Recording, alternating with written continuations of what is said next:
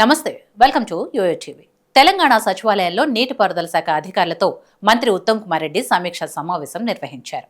ఈ సమావేశంలో ప్రధానంగా తెలంగాణ నీటిపారుదల శాఖ సెంట్రల్ డిజైన్ ఆర్గనైజేషన్ను ఆధునీకరించడానికి మరియు బలోపేతం చేయడంపై చర్చించారు. సిడిఓలో ఉన్న సమస్యలను చెప్పాలని మంత్రి ఉత్తమ్ కుమార్ రెడ్డి కోరారు.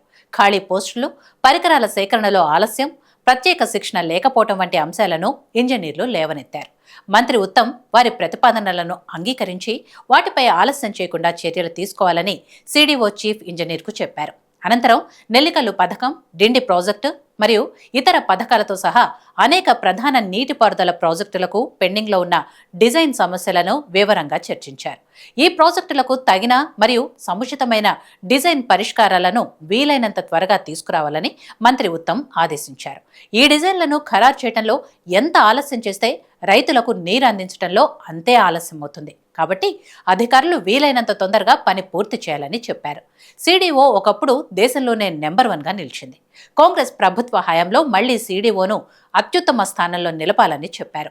నేషనల్ డ్యామ్ సేఫ్టీ అథారిటీ మరియు జ్యుడిషియల్ కమిషన్ సిడిఓపై చేసిన వ్యాఖ్యలను తిప్పికొట్టాలని మంత్రి ఉత్తమ్ అన్నారు. సిడిఓ డిపార్ట్మెంట్లో అన్ని ఖాళీలను ఆలస్యం లేకుండా భర్తీ చేయాలని ఉత్తమ్ కుమార్ రెడ్డి ఆదేశించారు.